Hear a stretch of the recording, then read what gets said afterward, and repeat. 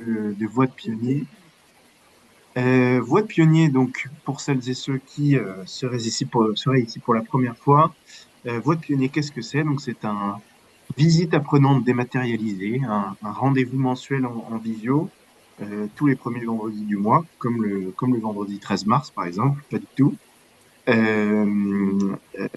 Et donc l'idée c'est de donner la voix à un dirigeant ou une dirigeante, un porteur de projet ou une porteur de projet, pour raconter les expérimentations qu'il ou elle engage dans son organisation, les transformations du modèle économique, euh, souvent en s'appuyant sur référentiel qu'on porte dans le mouvement de la transition économique, qui est l'économie de la fonctionnalité de la coopération, mais pas que. Il se trouve qu'aujourd'hui, on est avec le cas d'un porteur de projet qui s'appuie sur le référentiel de l'économie de la fonctionnalité et de la coopération depuis quelques années et qui va voilà, nous exposer aujourd'hui toute son expérience aussi de la coopération et du développement d'écosystèmes coopératifs sur un territoire pour permettre une réponse plus pertinente à des enjeux économiques, sociaux et environnementaux sur un territoire. Et donc, voilà, je vais passer maintenant à la présentation du témoin. Donc, on est vraiment ravi de pouvoir accueillir aujourd'hui Emmanuel Nicolo, qui est délégué général de l'association Baobab. Et donc, Emmanuel, alors je le laisserai aussi démarrer, mais je vais commencer par le présenter rapidement. Emmanuel était auparavant directeur d'exploitation dans un groupe industriel et donc il est délégué général de cette association Baobab depuis sa création en 2020. Et donc Baobab, qu'est-ce qu'elle fait? C'est une association qui est basée à Saint-Nazaire et qui accompagne les acteurs économiques du territoire de Saint-Nazaire à faire émerger des dynamiques de transition fondées sur la coopération. Et donc voilà, cette association, elle est partie de l'envie d'un groupe de citoyens de faire bouger les choses et d'agir à leur niveau. Et elle se structure aujourd'hui autour de ce travail d'accompagnement à la création d'écosystèmes. Donc vous verrez quand on va rentrer dans le détail, justement, l'idée c'est aussi de rendre ça plus clair aussi et inspirant par rapport à tout ce qui est expérimenté depuis quelques années sur ce territoire. Cette association-là, elle a été notamment lauréate du programme Coopter pendant 3 ans. Le programme Coopter, qui était un programme de l'ADEME qui visait justement à accompagner l'émergence d'écosystèmes coopératifs sur des territoires pour prendre en charge de manière un peu différente des grands enjeux liés à la vie, donc voilà, comme la santé, la mobilité, le recyclage, l'alimentation à l'échelle d'un territoire. Et voilà, donc elle a pu être lauréate, ce qui a permis notamment de pas mal développer le projet, on en reparlera. Et donc, cette association Baobab, en plus, il se trouve, accueillera les universités de l'EFC à Saint-Nazaire en 2026. Donc, avant de démarrer avec ma première question, je précise donc que voilà, j'ai prévu un certain nombre de questions aussi pour guider l'entretien, mais n'hésitez pas bien sûr à poser vos questions directement dans le chat, puisque voilà, l'idée c'est aussi de permettre un échange assez dynamique avec vous toutes et tous pour pouvoir répondre à un maximum de vos questions. Et on aura la chance, à l'issue du rendez-vous, de pouvoir avoir une synthèse aussi du témoignage par Sandro de Gasparo de l'Institut européen de l'EFC. On peut commencer. Et donc, avant toute chose, donc pour peut-être comprendre un petit peu plus qu'est-ce qui se joue dans cette association Baobab, Emmanuel, est-ce que tu pourrais revenir sur les éléments déclencheurs? Quels ont été les éléments déclencheurs à la constitution du collectif Baobab? À quelles limites cherchiez-vous à répondre? À quels enjeux? Bonjour à tous. Merci Sébastien. Merci de ce temps de parole là qui m'est offert pour présenter Baobab, sa trajectoire. Euh, les éléments déclencheurs, ouais, ils sont assez nombreux, mais c'est à la fois c'est une trajectoire personnelle et une trajectoire qui est collective. Euh, Les éléments déclencheurs, c'est d'abord une prise de conscience progressive sur les dernières années de mon expérience professionnelle passée, où au fil de différentes rencontres, je prends conscience des enjeux écologiques, plus particulièrement des enjeux sociaux, voilà, du dérèglement climatique, de l'effondrement de la biodiversité, de l'épuisement des ressources, etc., etc. En fait, cette prise de conscience, ouais, elle se fait progressivement à la rencontre de différentes personnes et notamment dans un milieu associatif où là, je vais donc faire la rencontre des personnes qui seront assez rapidement les personnes qui vont faire partie de ce petit noyau dur de démarrage. Autrement dit, le facteur déclenchant, c'est des personnes, des habitants de Saint-Nazaire qui partagent des préoccupations écologiques, sociales et et qui ont cette intuition que les problèmes liés au développement des activités humaines, il y a un sujet économique derrière tout ça. Alors à ce moment-là, on n'est pas forcément câblé, on n'est pas économiste.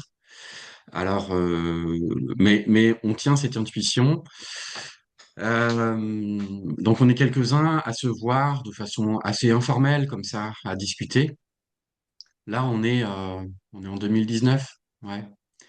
Et puis en 2020 arrive ce que tout le monde a vécu, le Covid, qui nous a mis à l'arrêt. Alors, je peux préciser à ce moment-là que j'étais déjà, moi, sorti de mon activité professionnelle précédente. J'avais fait ce choix-là pour essayer ben, voilà, de réfléchir à ce que je pouvais engager après.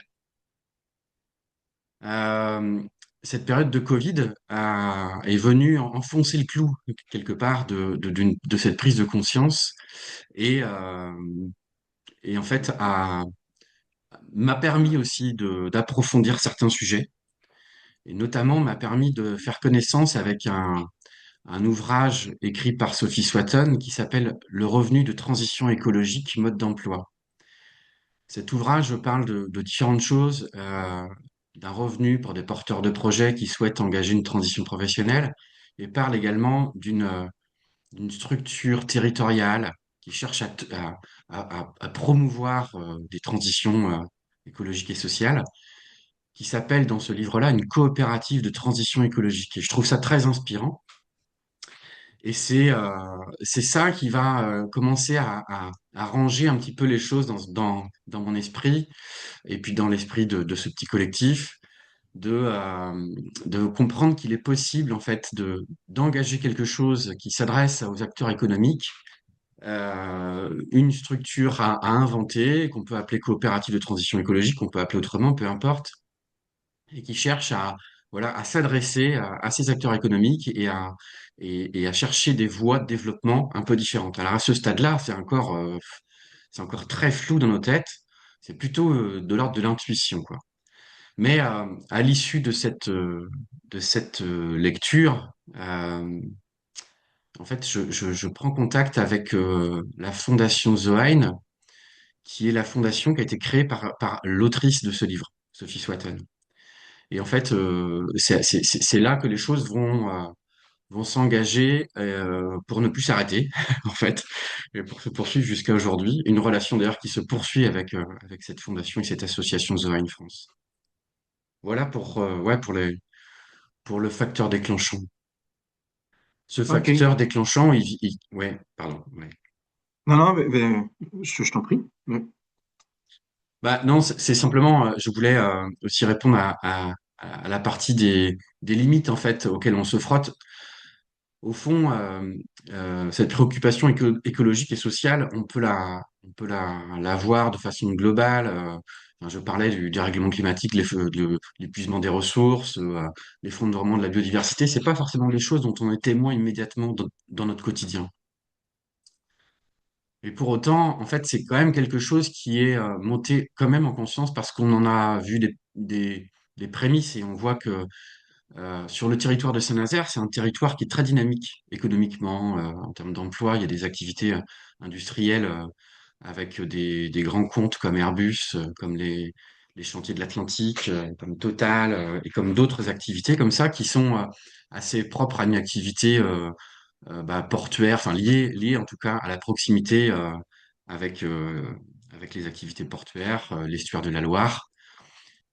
Et en fait, on ressent petit à petit il y a des signaux comme ça qui nous arrivent, de problèmes de qualité de l'air, de problèmes en fait, il y a certaines plages, des fois, elles sont fermées, et on comprend qu'il y a des choses qui se passent. On sait pas exactement, on n'en connaît pas l'origine, mais enfin, on n'en connaît pas l'origine précisément quand on se promène comme ça, hein. Mais on en prend connaissance un peu plus tard, et donc on voit bien que ces limites qui peuvent paraître globales et assez éloignées de nous, en fait, elles sont déjà visibles, déjà, on s'y confronte déjà, et donc on comprend bien la complexité du sujet auquel il va falloir s'attaquer.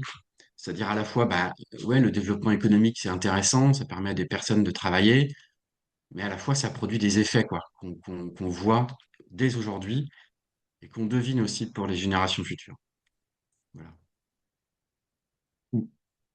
Et ça, donc, toutes ces limites que tu évoques, cette approche-là, elle est, à quel point elle est partagée au sein du collectif? Moi, c'est ça qui m'a marqué quand on a préparé l'entretien. J'avais noté le fait qu'il y avait un peu une histoire dans l'histoire. C'est-à-dire qu'il y avait toi, Emmanuel, qui découvre justement ce revenu, la transition écologique par la Fondation Zorein, et que, en réalité, ça fait des rebonds et des petits, puisque ça va t'amener petit à petit à la découverte d'un petit truc de rien du tout, qui est le référentiel de l'EFC. Et comment cette découverte-là, comment cette évolution finalement un peu individuelle a fait évoluer le collectif, sa raison d'être. Donc, voilà. Est-ce que tu peux nous parler un petit peu de ce partage de la vision et de comment toi, finalement, ça a permis de nourrir aussi quelque chose de plus grand au sein du collectif?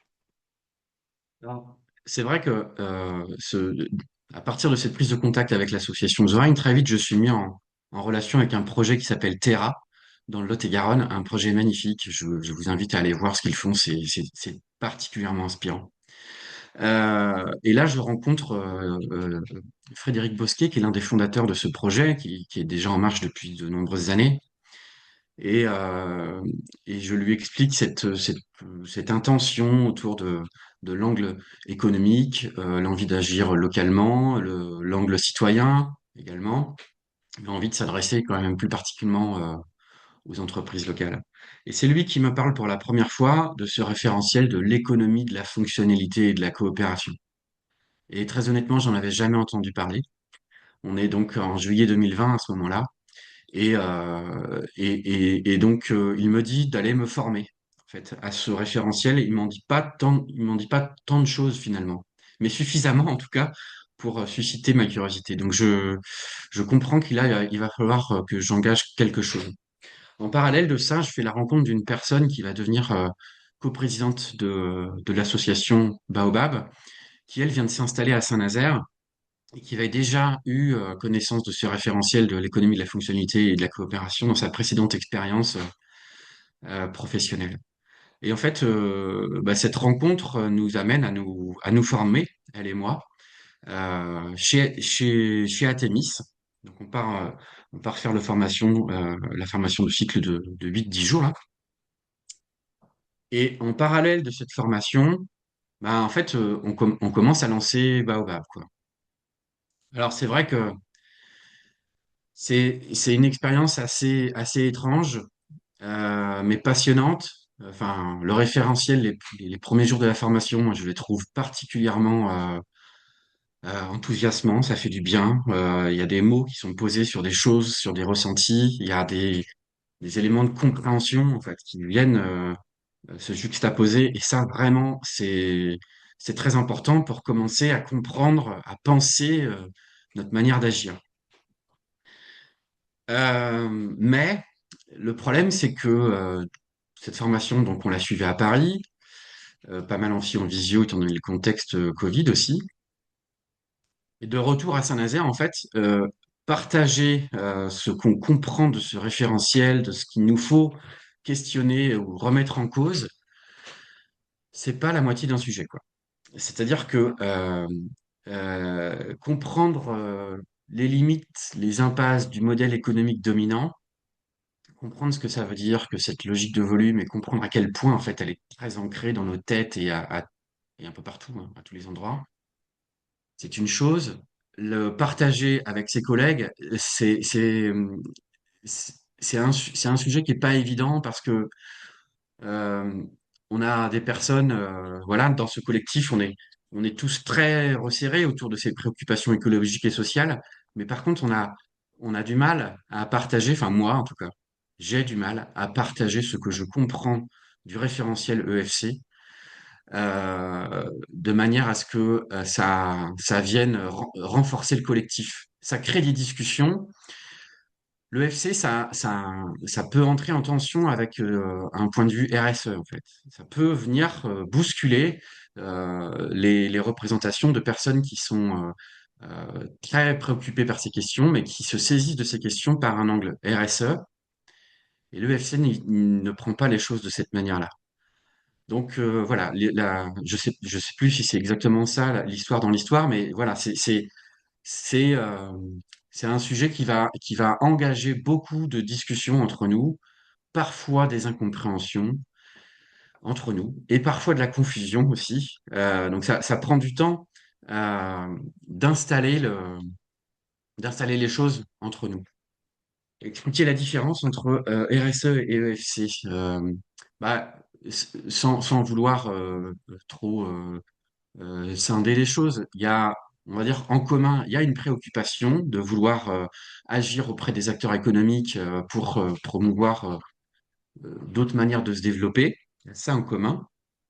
La grosse différence, je trouve, c'est que, bah, c'est ce que je disais juste avant, c'est de comprendre que le modèle économique dominant répond à une logique de développement qui est celle du volume, et que la logique de volume euh, nécessite des leviers de productivité qui posent les problèmes qu'on cherche à régler. Euh, il me semble que dans la RSE, cette logique de volume, elle n'est pas tant remise en cause. On va chercher à développer des activités dans une logique de compensation, euh, sans remettre forcément en cause, en profondeur, le modèle de développement dans lequel on est. Donc, on va continuer ces activités, on va chercher à tenir des enjeux, enfin à tenir des voilà des activités compensatrices. Et d'ailleurs, on le voit. Je trouve que c'est là où on voit certaines limites de la RSE, c'est que quand les choses se durcissent dans les entreprises, ce ne sont pas les postes de responsables RSE ne sont pas nécessairement ceux qui perdurent parce que on les voit comme un coût supplémentaire. Euh, et c'est là où l'EFC me semble particulièrement pertinent parce que justement, on cherche à attraper les enjeux écologiques et sociaux comme une autre manière de se développer et donc comme un investissement et non pas comme un coût. Bon, on pourra en débattre Je te, plus longtemps. ouais. Ouais, Non, je te propose du coup à ce stade ouais. de garder ces premiers éléments de distinction, on les met au chaud dans un coin et on pourra peut-être éventuellement les remobiliser en fin d'épisode, mais c'est voilà, c'est hyper intéressant de commencer à poser aussi pour quelques éléments. Justement, dans ce travail-là de consolidation du collectif autour d'une vision commune, t'avais employé le terme de bascule pour parler du programme Coopter aussi, qui a permis aussi d'apporter aussi des Oui. ressources dans ce travail-là. Donc, est-ce que tu peux justement nous parler de ce moment-là qui a peut-être du coup permis de construire une vision commune et qui arrive enfin, et ça va être, on peut commencer à rentrer au cœur du sujet, à la proposition de valeur de Baobab. Est-ce que voilà, tu peux nous décrire un peu ce moment-là? Oui, bien sûr. Alors, juste avant Coopter, il s'est quand même passé 2 ans. Donc, ça me paraît Ah, important de préciser certaines choses. C'est que ces 2 premières années, d'abord, ces 2 premières années, on a un soutien de l'ADEME, pas dans le cadre de Coopter, dans le cadre d'un AMI de la région Pays de la Loire, enfin de l'ADEME régionale, qui nous permet, moi, qui me permet en fait de devenir salarié de l'association, donc de m'y investir à temps plein. Et puis pendant ces 2 ans, on a également, grâce à ce soutien financier, la possibilité d'être accompagné par Atemis pour bah, nous aider à faire nos premiers pas, à comprendre ce qu'on va pouvoir faire, à comprendre ce que ça produit, ce qu'on fait. Ces 2 premières années, donc on cherche à comprendre ce que c'est qu'un écosystème coopératif territorialisé. Là, je précise que Baobab, ça a été dit en introduction, mais je le reprécise pour pas qu'il y ait de confusion. Baobab, c'est une association qui cherche à faire émerger des dynamiques d'écosystèmes coopératifs. Autrement dit, on est là pour accompagner des collectifs à entreprendre dans une autre logique. Donc pendant ces 2 premières années, on cherche nous-mêmes à apprendre à apprendre à accompagner, à apprendre à comprendre ce que c'est qu'un écosystème coopératif, comment ça marche, comment ça se joue.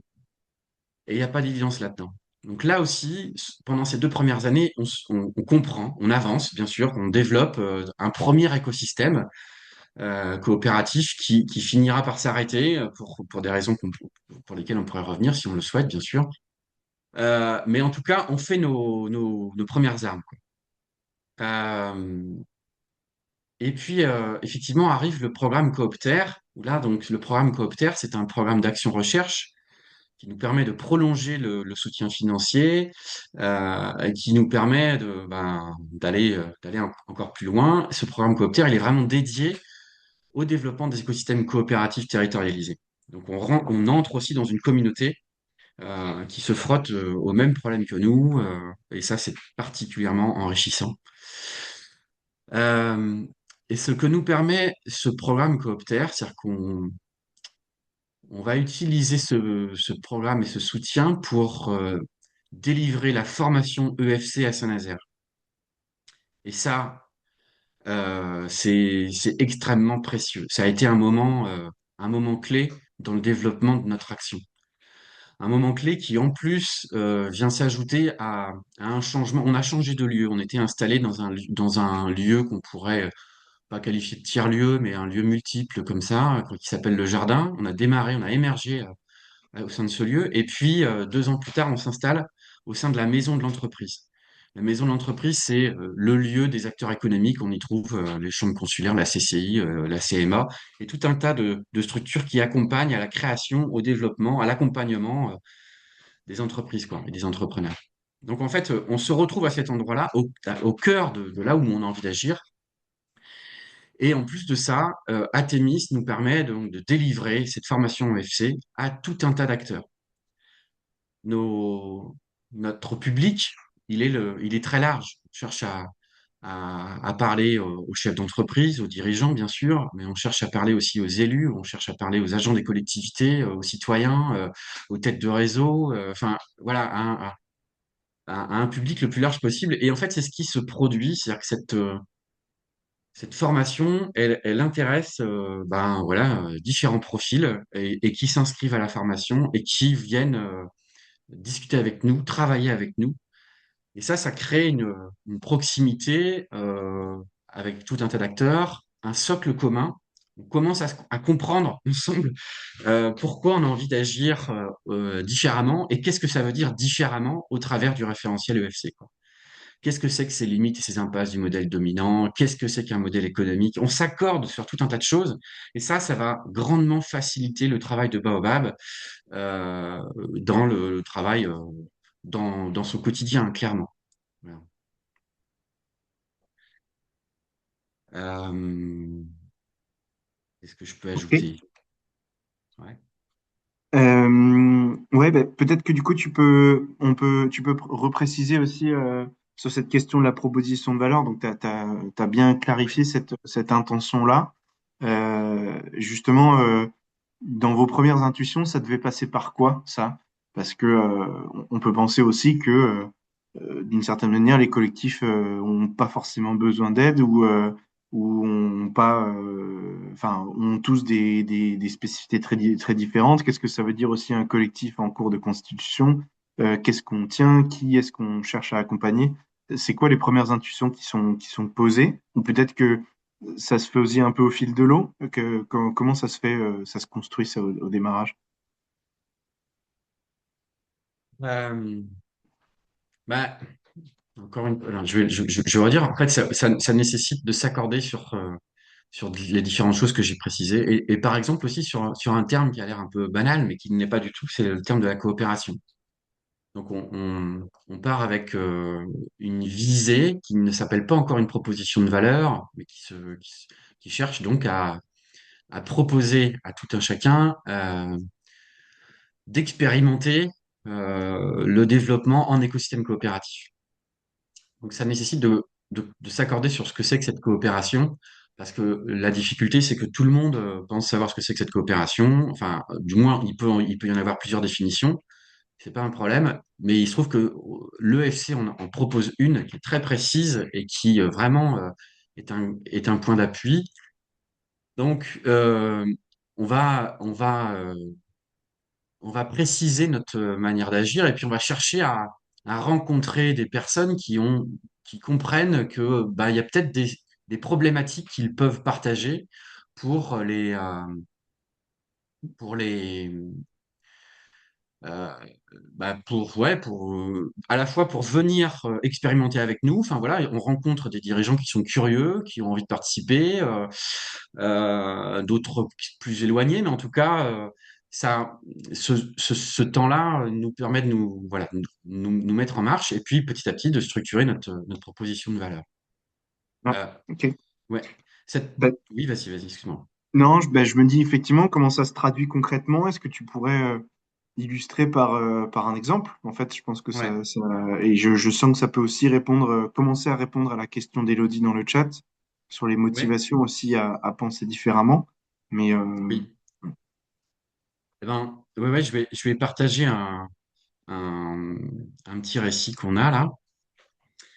En juin 2023, on organise un événement un peu clé aussi dans notre déroulement là, dans notre trajectoire, qui met au travail différentes initiatives en mode atelier d'intelligence collective. Et parmi ces ateliers, il y a un projet qui me travaille par une entreprise d'une PME, une structure qui fait de la propreté, de la conciergerie, qui s'appelle Groupe Facility, donc une PME de 120 salariés. Euh, En fait, cette entreprise, elle a dans son ADN une sincère préoccupation envers euh, la qualité de vie au travail de ses salariés. Et à ce titre-là, elle rencontre régulièrement ses salariés et notamment un jour, l'un de ses dirigeants pose la question à une salariée en disant, mais si tu avais une baguette magique, qu'est-ce que tu aimerais voir apparaître? Et cette personne, cette femme, elle dit, ben, ce serait chouette qu'on ait notre propre produit de nettoyage, un produit de nettoyage écologique, durable, voilà. Bon.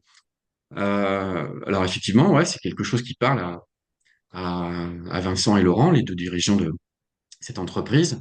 Ils découvrent assez vite qu'il est possible de faire un produit de nettoyage écologique assez simplement avec des résidus d'agrumes, du vinaigre blanc, de l'eau. Bon. Ils font des essais dans leur cuisine et puis bah, ils constatent que ouais, c'est assez satisfaisant. Non seulement les essais dans une cuisine, ça suffit pas voilà, pour développer un produit. C'est pas des chimistes, c'est pas des fabricants de produits de nettoyage. Ils comprennent que l'idée est chouette parce que si ça se fait avec des résidus d'agrumes, ça peut profiter à la valorisation de certains biodéchets. Bon, pourquoi pas, quoi. Donc un peu plus tard, on met ce sujet-là, enfin en juin 2023, on met ce sujet-là en discussion. Au préalable, Baobab avait identifié des personnes pour venir discuter avec eux. Et ça, c'est un point important dans notre manière de travailler, c'est de comprendre que cette intelligence collective, on va quand même y mettre quelques conditions. Mettre autour de la table des personnes qui sont en proximité avec les enjeux contenus dans cette idée, les enjeux qu'on commence à entrevoir de valorisation de biodéchets, de formulation chimique, de production d'un produit de nettoyage. Et pour ça, on invite autour de la table notamment un lycée professionnel de Saint-Nazaire qui enseigne le métier de la chimie et des étudiants. On met également une entreprise, ESUS, qui produit des cosmétiques bio et locaux, qui permet également à des adultes en situation de handicap de travailler. Un jeune entrepreneur qui se lance dans les low-tech également est autour de la table. Enfin bref, on les met autour de ça, autour de ce sujet, et puis au bout d'une journée, bah finalement, ces personnes que je viens de citer sont OK pour aller plus loin, sont OK pour faire un pas suivant, comprennent que bah, peut-être que cette idée-là, elle peut rejoindre leurs propres intérêts. Bon. Donc, on se met au travail, on commence à se voir de plus en plus régulièrement, une fois par mois, et puis deux fois par mois. Et au fil de l'eau, on comprend que on est en mesure de faire quelque chose collectivement qui va permettre de produire ce produit de nettoyage, enfin, de le fabriquer, quoi. On comprend aussi qu'il y a des choses qui marchent pas, euh, que qu'on ne sait pas répondre à toutes les questions. Et par exemple, c'est bien joli d'imaginer un produit de nettoyage à base de résidus d'agrumes, mais encore faut-il rencontrer les gens qui mangent, qui consomment des agrumes. On va à la rencontre pour ça de quelques hôtels de Saint-Nazaire et on rencontre des personnes, les personnes qui dirigent ces hôtels sont plutôt enthousiasmées par notre démarche et se disent, bah ouais, ok, on peut, les oranges pressées au petit déjeuner, bah, on peut vous confier les pots d'oranges, ok, très bien. Seulement, on comprend assez vite que les oranges qui sont pressées au petit déjeuner ne sont pas bio. Alors, on va à la rencontre d'une épicerie associative de Saint-Nazaire qui s'appelle la COP du Coin, qui, elle, s'approvisionne auprès une petite coopérative espagnole qui fait les choses bien en termes de préservation de la biodiversité dans le sol, de la ressource en eau, et qui donc s'approvisionne en orange. Et on s'accorde on fait des essais, des premières expérimentations pour s'approvisionner en orange par l'intermédiaire de cette épicerie pour que, au sein d'un hôtel qui commence à jouer le jeu, on organise un petit déjeuner, on presse des oranges, on explique au client ce que ça veut dire que boire son jus d'orange ce matin, c'est de participer à un projet, etc., quoi. Et ce projet aujourd'hui, je vais vous le partager en une seule image là. Je vais vous l'expliquer en partageant mon écran. Ah, je n'ai pas l'accès au partage d'écran. Je sais pas si Sébastien, tu peux. Je Donc peux regarder. Ouais, petit à petit, donc c'est un projet normalement c'est bon. qui normalement c'est bon. Super. Oui, c'est bon.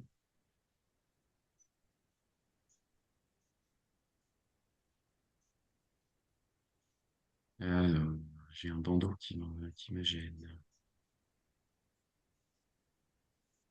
Est-ce que vous voyez mon écran là? Est-ce que Oui. vous voyez le schéma? Ouais. Ouais. En fait, bah, voilà. Ce Si projet tu, aujourd'hui, il a un. Oui, si tu cliques en bas, tout en bas à gauche, tu peux le mettre en grand écran. Ce sera peut-être un peu plus lisible. là, alors de mon côté, c'est un grand écran. Hop. Ah oui, ok. Non, non, du coup, il l'a pas pris en compte. Ah, Bon, après, c'est pas grave. je recommence. Comme ça, c'est mieux. Ah, Non, parce que je c'est pense pas que mieux. t'as partagé une fenêtre et pas l'écran en totalité. Peut-être grossir, non, je sais pas. Mais sinon, peut-être, oui, si tu zoomes en bas à droite, ça devrait suffire. Ouais,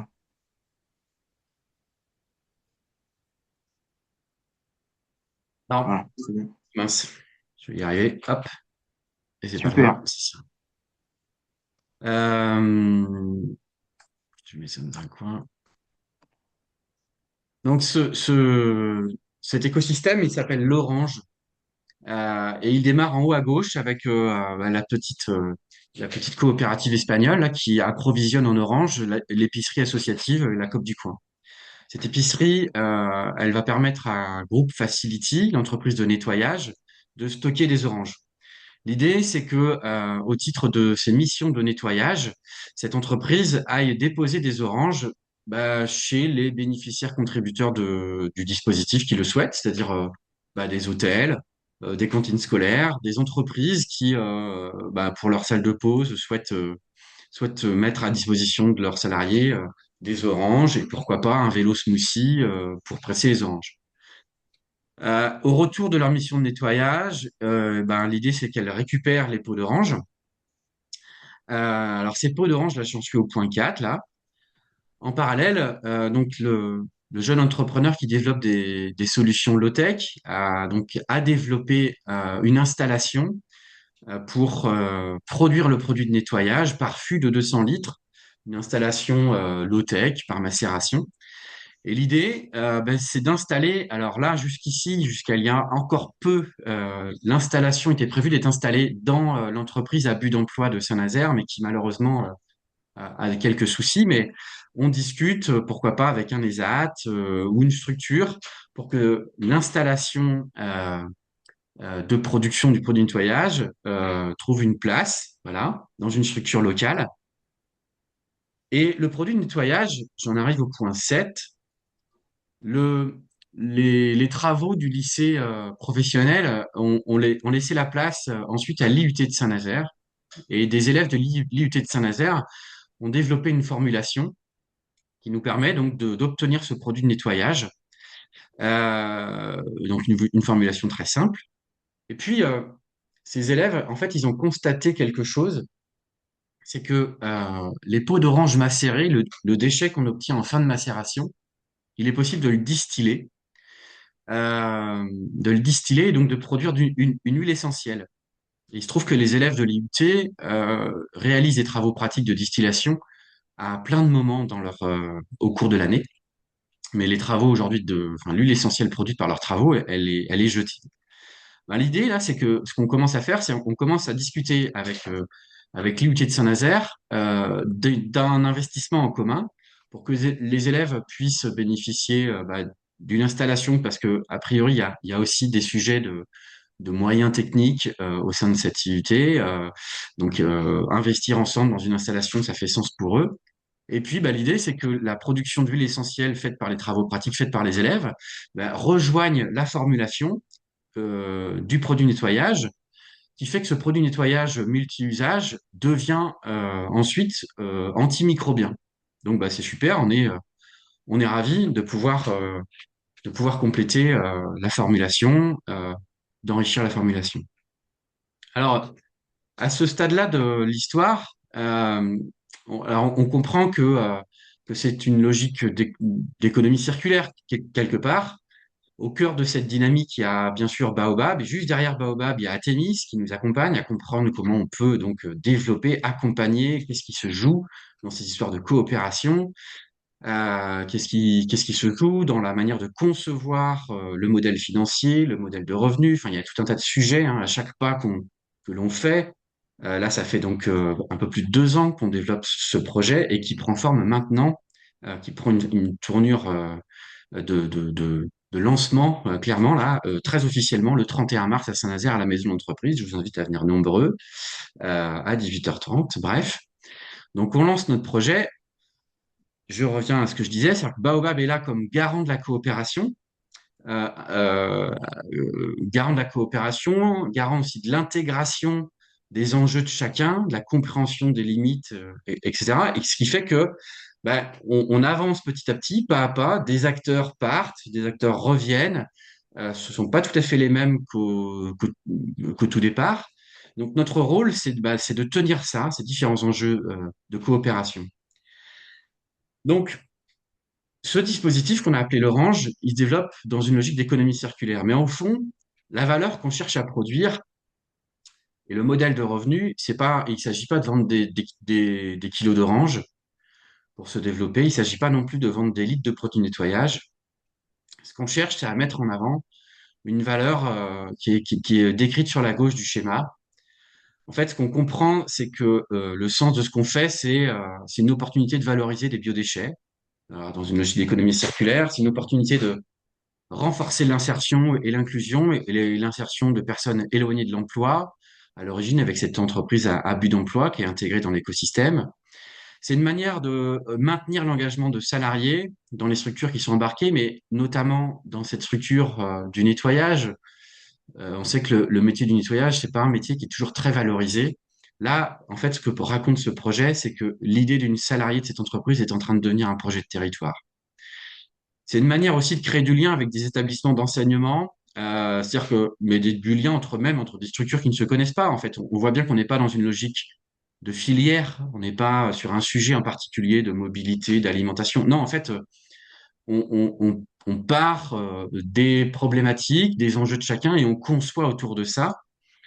On conçoit autour de ça et par exemple l'intérêt de l'IUT à participer à ça, en tout cas pour les équipes enseignantes, c'est une opportunité pour elles aussi de raconter aux élèves que la chimie peut avoir un impact positif. Et pour se relier au tout début de ce que je disais, c'est pas rien parce que c'est vrai que la une des journaux de temps en temps à Saint-Nazaire, ça parle de choses qui seront pas très glorieuses sur ce plan-là, quoi. Donc c'est vraiment quelque chose qui fait sens pour les enseignants de raconter cette chimie impact positif à leurs élèves. Donc oui, voilà, ça ouvre des perspectives de travail entre des structures locales. ça mutualise des moyens publics et privés, et puis, euh, et puis l'engagement citoyen aussi, hein. Cette épicerie associative qui participe à cette expérimentation et qui va se développer petit à petit. Ça permet de démontrer le sens et l'intérêt, la pertinence des technologies low-tech dans des procédés professionnels. Et puis, bah, pour Baobab plus particulièrement, ça permet de promouvoir une autre manière de se développer. Et puis, il y a d'autres enjeux qui arrivent, qui arrivent au fur et à mesure qu'on se développe.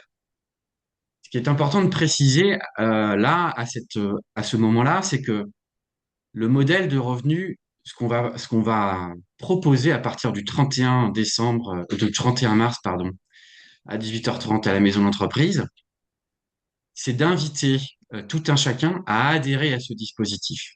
Pour éviter d'entrer dans la logique classique basée sur le volume d'orange ou de produits de nettoyage, l'idée, c'est d'inviter les hôtels, les cantines scolaires, les communes, donc les entreprises qui souhaitent participer au dispositif, qui souhaitent manger des oranges ou pas, mais qui souhaitent au moins nous confier leur peau d'orange, ou qui souhaitent bénéficier d'un produit de nettoyage pour le nettoyage de leurs locaux, ou pour offrir des échantillons de produits de nettoyage aux parents d'élèves qui contribuent dans les cantines scolaires. Enfin bref, peu importe le prétexte, qui souhaitent bénéficier et contribuer à ce dispositif.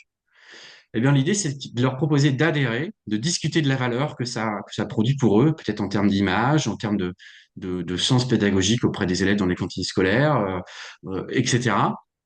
De comprendre en quoi ça fait valeur pour eux et de discuter avec eux de la dépense qu'ils sont prêts à faire pour adhérer à ce dispositif. Et de discuter en quoi nous, notre collectif, là, il peut leur être utile, il peut venir renforcer leurs enjeux, le sens auquel ils se raccrochent pour justement bénéficier et contribuer à ce dispositif. Donc voilà, c'est l'orange.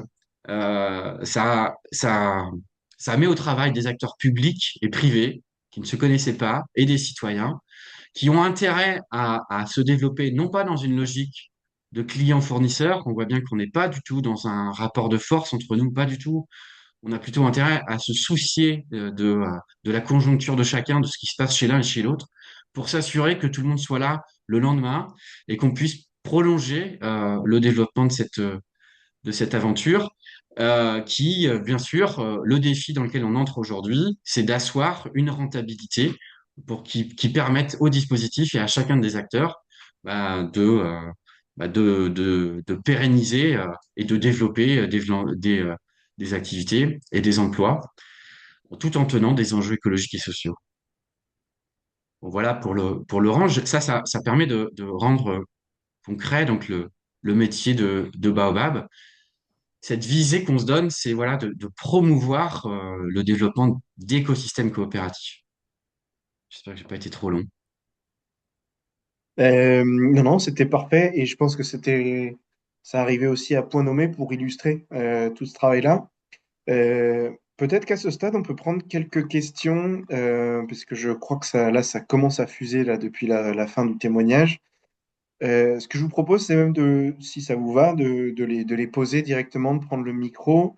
Je vois, peut-être qu'on peut donner la parole à Stéphanie. Si ça vous va de poser votre question directement, ça rend le truc plus vivant. Bien sûr, bonjour. Bonjour. Merci pour cette présentation. Ça fait toujours briller les yeux quand on a compris ce que peut faire l'UFC. Ma question, en fait, parce qu'en fait, ce que vous avez présenté, évidemment, ça prend du temps. Et puis c'est jamais fini parce que là c'est encore en cours et puis il y a encore sans doute plein d'autres choses qui vont arriver derrière. Mais donc le rôle de Baobab, il est d'initier et ensuite de laisser faire les acteurs et ils se débrouillent tout seuls ou vous les accompagnez sur la durée? Comment ça se passe? C'est une très bonne question. Alors le rôle de Baobab, il est multiple. Et effectivement, il est d'initier une dynamique qui va passer par essayer de faire des recoupements entre des échanges avec un tel qui va expliquer ses limites, ses impasses, et puis quelques mois plus tard, peut-être, une autre personne va expliquer ses limites, ses impasses, bref. Et puis donc faire un recoupement qui va permettre de commencer à créer un petit noyau qui va avoir un intérêt à se parler, à prolonger. Donc là, Baobab est là, finalement, en continu. Donc oui, notre premier rôle, c'est d'accompagner, de chercher à faire ce qu'on appelle l'encastrement des activités, des enjeux de chacun pour que ça prenne, pour que la mayonnaise prenne entre les personnes, entre les structures. Mais au-delà de ça, ce qu'on cherche à développer, c'est, en gros, on se positionne pas comme un conseil, comme un, je sais pas, on est partie prenante de l'écosystème. On est un acteur et on considère que le rôle qu'on joue de garant de la coopération, il est aussi perpétuel parce que justement, un écosystème, c'est vivant. Il y a toujours des questions de coopération, toujours des questions liées à, au modèle économique. Et c'est là où on doit jouer un rôle particulier. Alors, la perspective, c'est que les écosystèmes coopératifs territorialisés génèrent du revenu pour ces parties prenantes. Et nous, en tant que partie prenante, on est aussi bénéficiaires de ce revenu. C'est-à-dire qu'à terme, on pense générer des sources de revenus par les écosystèmes que l'on développe. Donc non, enfin, en tout cas, c'est l'objectif qu'on se fixe aujourd'hui. Et on pense que c'est tout à fait possible. Et donc, on est concerné aussi sur le volet financier par le développement de ces écosystèmes. Et on trouve que ça fait sens aussi. Est-ce que Nelly va prendre la suite? Oui, bonjour. Merci pour cette présentation qui était très claire. Je suis moi-même, du coup, en train de me reconvertir sur de la RSE. Et du coup, ça m'interpelle, cette nouvelle approche qui remet voilà, en lumière ses limites. Et du coup, j'étais intéressée de voir si ce genre de dispositif qui a été développé et qui a été une réussite peut être dupliqué dans d'autres régions où ça pourrait également être intéressant pour le territoire de faire le développement de ce produit et voir s'il y avait des accompagnements possibles par votre structure associative.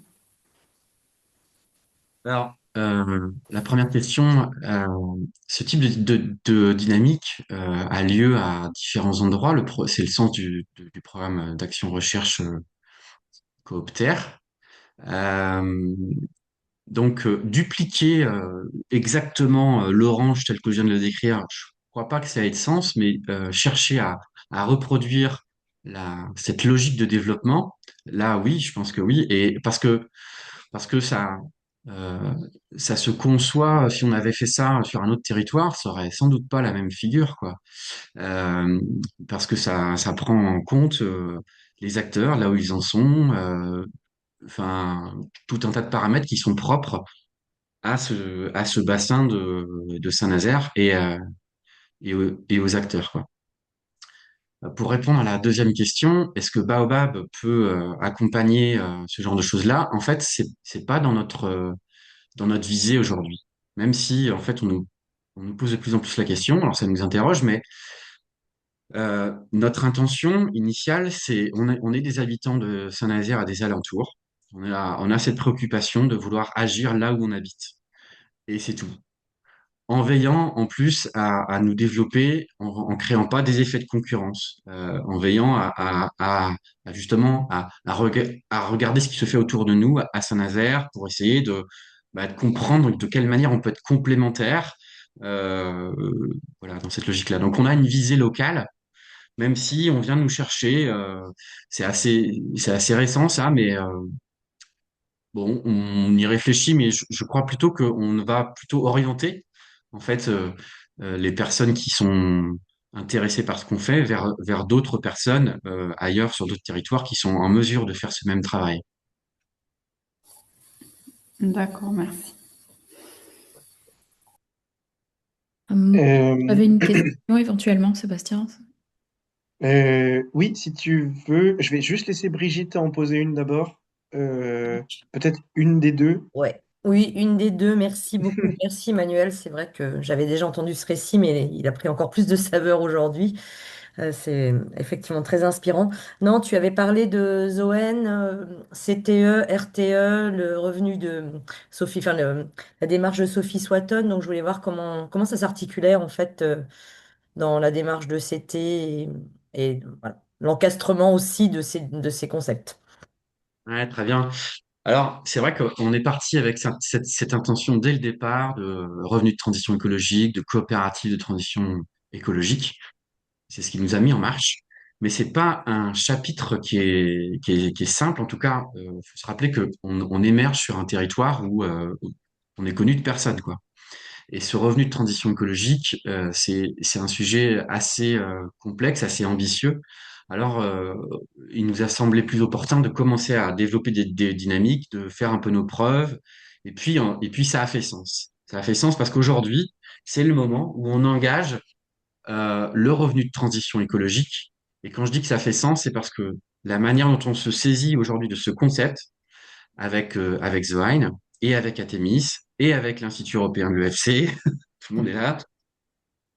La manière dont on s'en saisit, c'est d'inscrire le RTE au sein des écosystèmes coopératifs. Et je précise ça en 2 mots. Le revenu de transition écologique a pour vocation de soutenir des personnes qui s'engagent dans un métier dit de transition, donc potentiellement qui ne rencontre pas forcément pleinement les modes de vie, les modes de consommation, les modes de production. Donc, un métier qui va nécessiter plus de temps à se développer. Donc, on pense que inscrire un porteur de projet dans un écosystème, un porteur de projet de ce type-là dans un écosystème, ça va potentiellement le soutenir, l'aider à inscrire son activité. Ça va aussi aider l'écosystème à bénéficier de cette activité. Par exemple, si on prend les low-tech dans l'exemple que je viens de citer, les low-tech, bah, c'est un sujet plutôt émergent. C'est pas encore pleinement inscrit dans les modes de vie, les modes de consommation, les modes de production. Alors, il y a peut-être l'opportunité ici d'expérimenter un accompagnement spécifique pour cette personne-là avec un revenu complémentaire, un revenu qui vient l'aider pendant cette phase d'émergence. Euh, et le concept de revenu de transition écologique, c'est de s'accorder sur l'idée que, à terme, ce porteur de projet qui a bénéficié d'un soutien et d'un accompagnement, qu'une partie de son revenu revienne dans la structure qui l'a accompagné. Donc là, en l'occurrence, ce serait Baobab.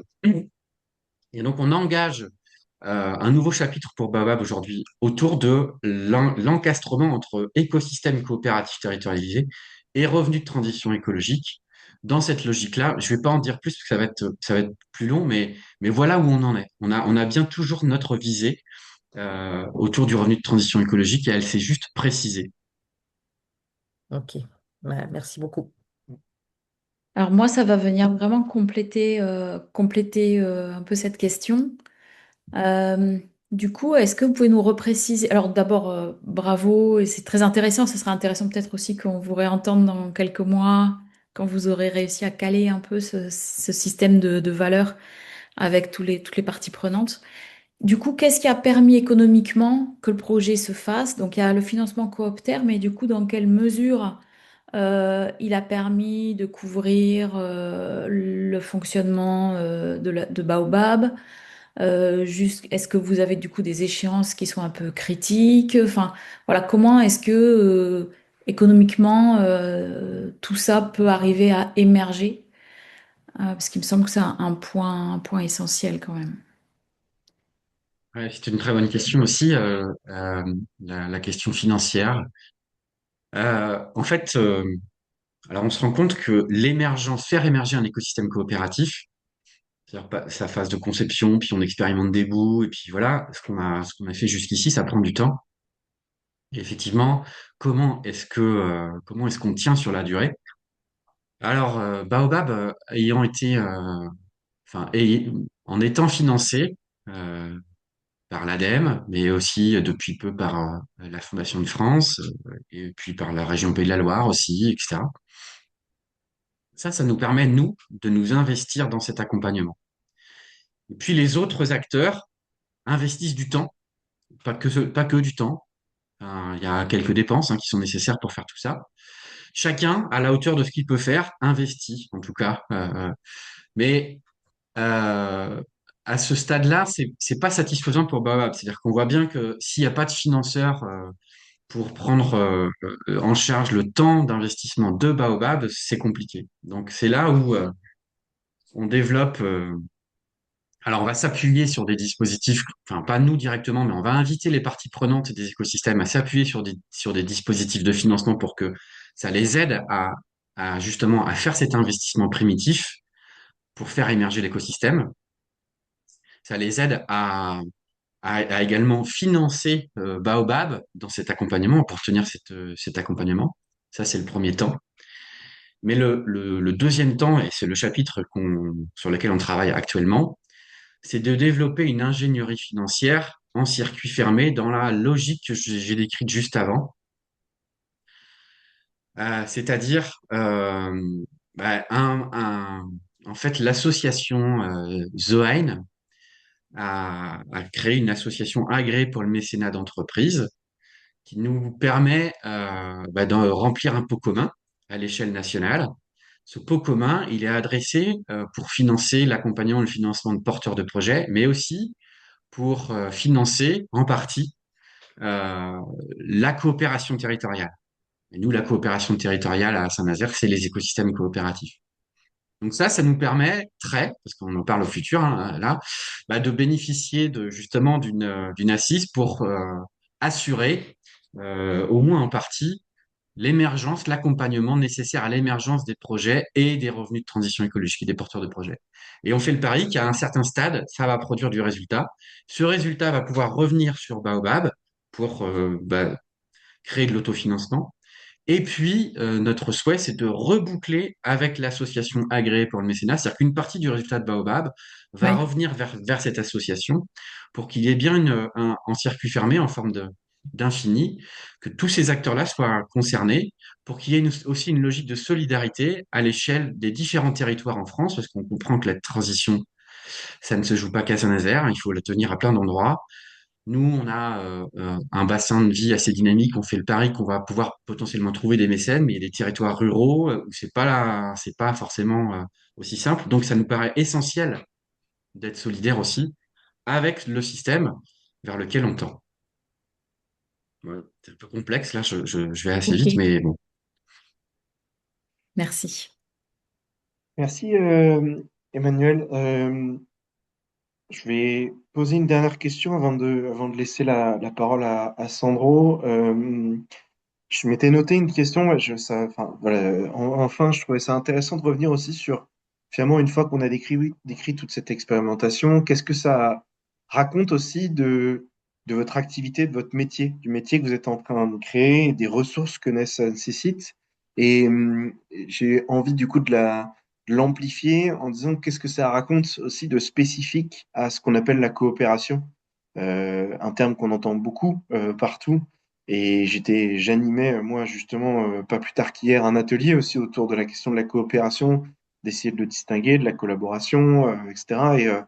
Et donc, en tant qu'activité de travail, qu'est-ce que ça raconte aussi, cette dimension de la coopération? Qu'est-ce que tu aurais à dire là-dessus?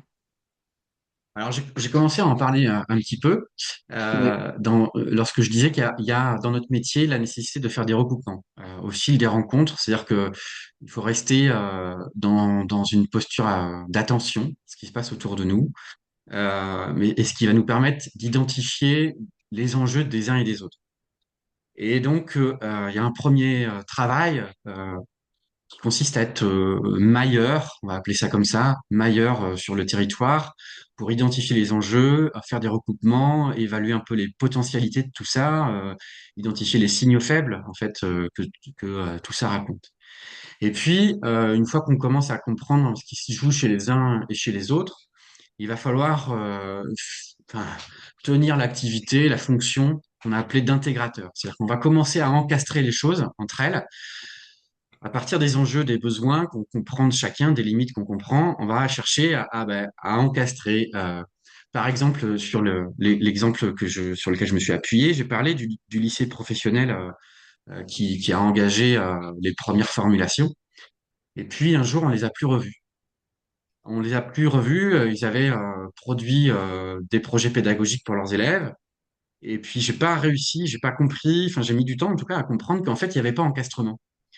Et c'est ce qu'on cherche à faire avec l'IUT de Saint-Nazaire autour de l'idée d'investir ensemble dans un moyen pour faire de la distillation, et puis à d'autres endroits aussi.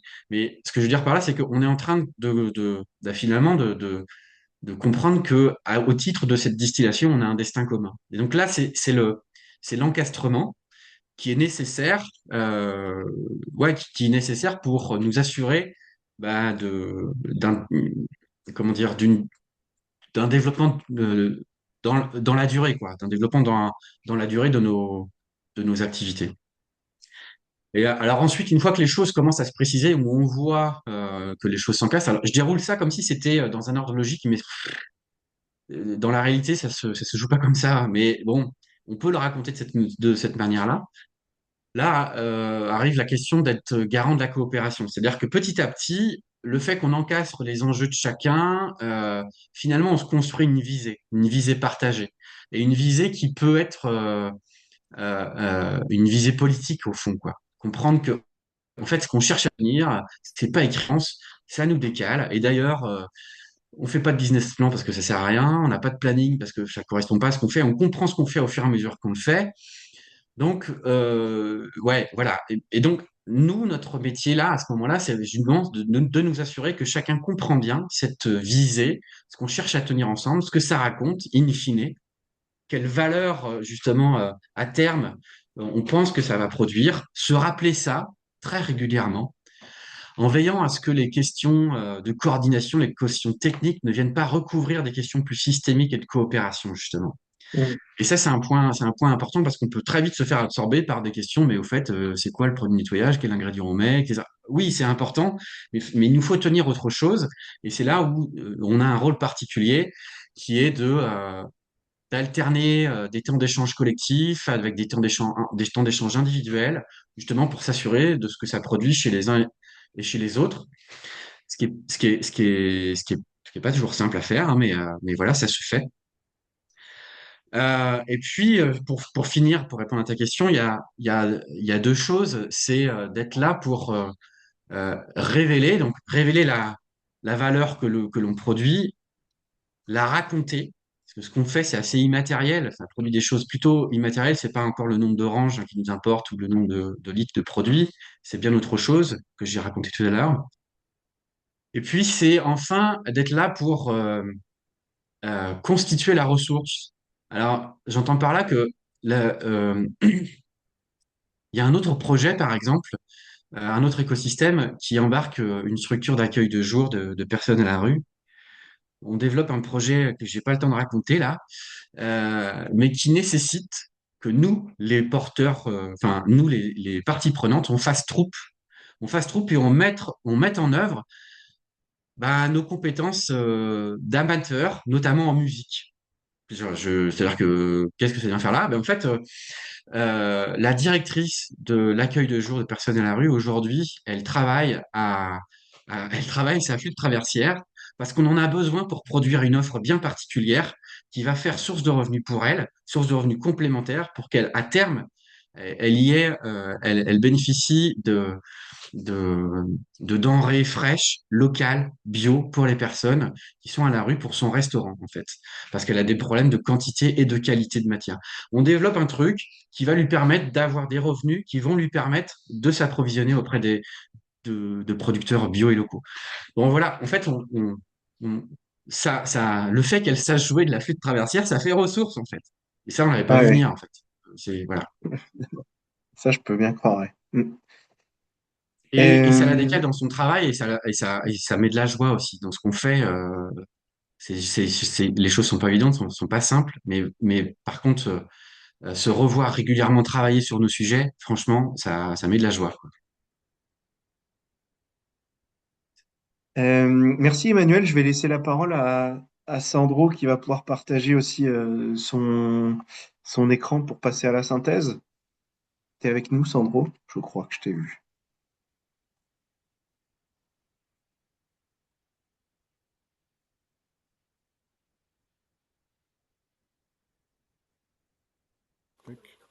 Voilà, bonjour. Est-ce que ça s'affiche pour vous? Ouais, très Oui, bien. ok. Donc, quelques mots pour... on peut ramasser quelques éléments de synthèse. donc à partir de l'exposé d'Emmanuel. Il me semble qu'il y a 3 points importants qu'il nous a exposés qu'on peut retenir comme des enseignements à partager. Le premier concerne les méthodologies d'action et d'accompagnement. Et on voit qu'il y a là une approche de la conduite de l'action qu'on peut appeler pas à pas, qui relève aussi d'une certaine conception de l'innovation, des processus d'innovation. Habituellement, on peut construire par rapport à des méthodologies de conduite de projet dans une forme où l'action est orientée, est pilotée en fonction d'un objectif. Et donc par anticipation d'un résultat, d'une cible, et avec tout un processus de rétroplanning qui permet de construire et de mettre au travail des personnes en fonction de cette cible. Or, dans ce que nous présente Emmanuel, on voit qu'on est plutôt là dans ce que nous on appelle une conduite de transition, qui cherche à porter une action qui est davantage orientée par les ressources, par la capacité à monter en puissance, à développer des capacités d'agir, des ressources immatérielles, mais également des ressources matérielles, et c'est tout l'exemple du système de l'Orange aussi, de rendre des déchets, d'en faire de déchets des ressources potentiellement productives. Donc c'est tout ce travail qui permet de produire de la ressource dans une dynamique de création de valeur émergente et progressivement qui cherche à s'instituer. Et donc là, on voit que la valeur, elle n'est plus dans le produit, avec cette obligation derrière de produire en volume le produit, mais le produit devient le support d'une proposition de valeur que nous a exposé Emmanuel, une proposition de valeur qui est à la fois multifonctionnelle, territoriale, dans un périmètre beaucoup plus large, et adossée également à un système de financement solidaire, où il n'y a plus des acteurs séparés de la production, du financement, de la consommation, mais l'ensemble des acteurs est solidaire autour de ce projet. Donc c'est bien des questions méthodologiques qui permettent de construire cette nouvelle orientation de proposition de valeur et de financement. Le deuxième point, on dit souvent la coopération n'est pas spontanée et en même temps ça ne se décrète pas. Et donc c'est là où prend place le rôle absolument structurant et essentiel que décrit Emmanuel de structure d'intermédiation, avec ces fonctions qu'il vient de décrire, du côté de créer des rencontres, tisser des relations de confiance, de réciprocité et d'attention qui posent les bases de la coopération. C'est aussi toute une action de sensibilisation, de formation, de professionnalisation sur le long cours. C'est la capacité à identifier des opportunités d'action partagée, de coopération à partir des signaux faibles, les besoins des uns, les ressources des autres, et tout ce travail sur le long cours de soutien, de dialogue, d'accompagnement, jusqu'y compris les enjeux d'évaluation que vient d'évoquer Emmanuel. Et donc là, on pose en fait ce rôle structurant du garant de la coopération, de la fonction d'intégrateur.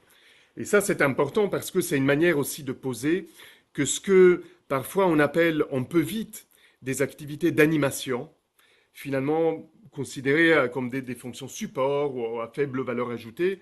On voit là en fait que c'est des structures et des actions et donc des fonctions, des activités professionnelles qui sont absolument essentielles et au cœur d'une fonction économique comme conditions qui permettent de créer ces transitions économiques et de structurer des dynamiques économiques par la coopération.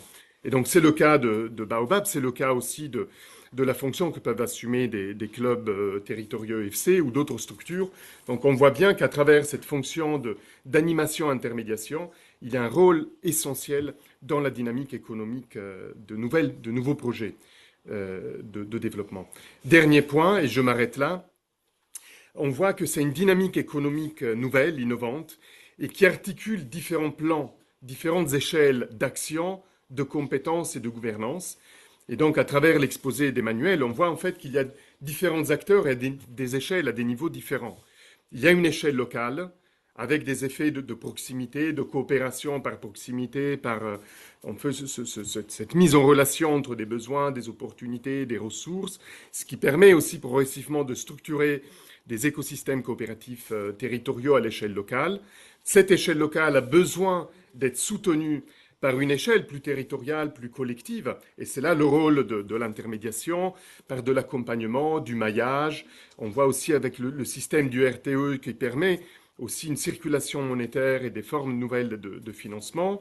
Et cette échelle territoriale, elle a elle-même besoin d'être soutenue par une échelle nationale à travers des réseaux d'appui, l'association Zoen, l'Institut de l'EFC, même notre rencontre aujourd'hui avec Voix de Pionniers qui est portée par le réseau des clubs EFC dans différents territoires.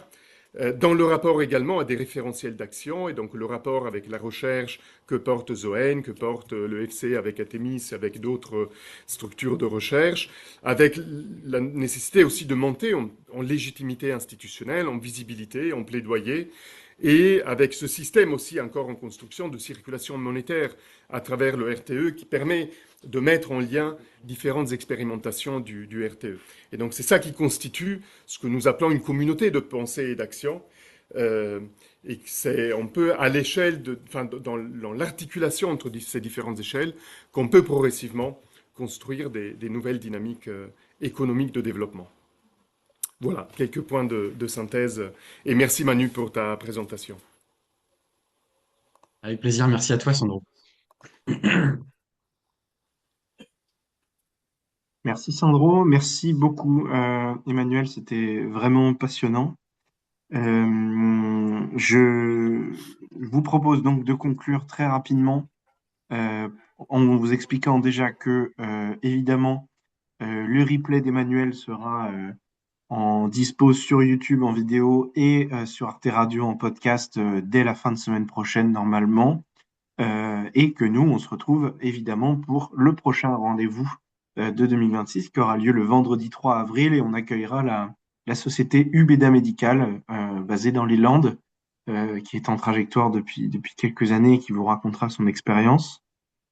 Et je précise aussi évidemment que le fonctionnement a changé en 2026, c'est qu'il y a un seul lien d'inscription pour tous les épisodes de 2026. Donc ne vous inquiétez pas, vous êtes d'ores et déjà inscrit pour le prochain si vous étiez inscrit pour celui-là. Gardez simplement le lien Zoom puisque c'est le même.